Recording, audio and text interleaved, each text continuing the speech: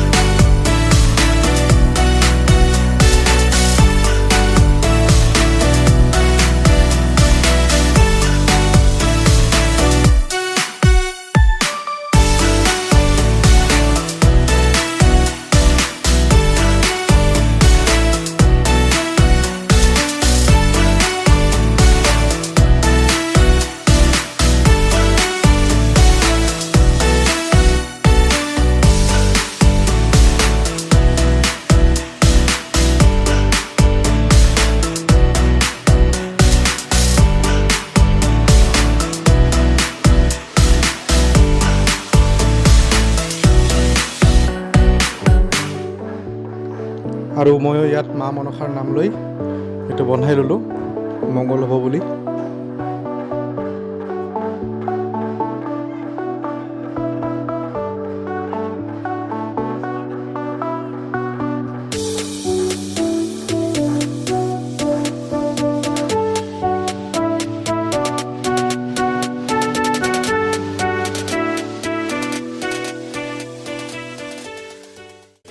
পিছফালে চাগে মোৰ দেখিবলৈ পাইছে ৰভাতলিত নাম চলি আছে আৰু বহুতখিনি মাইক চাইক লগাইছে, চাউণ্ড হৈ আছে হাইৱেৰ লগতে। তো ইমানখিনি নইজ আহিব উপায়তো নাই। আৰু সৰুভোগৰ বাৰেগাঁও নাথপাৰাত অৱস্থিত এই মন্দিৰখন। আৰু যিমান পাৰোঁ মই ভিডিঅ'টো কভাৰ কৰাৰ চেষ্টা কৰিম। বহুত ভিৰ হৈ আছে, বহুত মানুহ ইয়াত নাম চলি আছে। তো বাকীখিনি আপোনালোকে চাই লওক। পূজা পাতি দিয়া হ'ল আৰু লাহে লাহে ওলাওঁ ইয়াৰ পৰা। আৰু চাগে ভাল লাগিব আপোনালোকৰ, খুব জাগৃত মন্দিৰ হয়। ভিডিঅ'টো চোৱাৰ বাবে ধন্যবাদ আৰু চেনেলটো ছাবস্ক্ৰাইব কৰিব, ভিডিঅ'টো লাইক কৰিব। বাই।